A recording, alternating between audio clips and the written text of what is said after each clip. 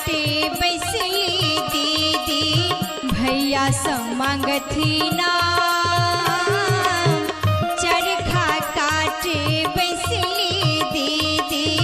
भैया समंगली ना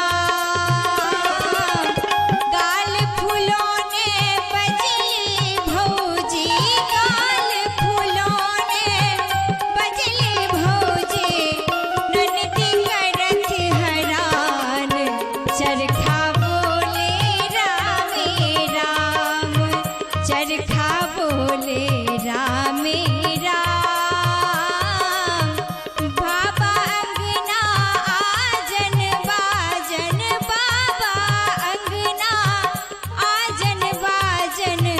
लागे बड़ सोहान चरखा बोले रामे राम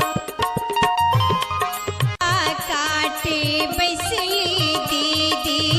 भैया समंगथी ना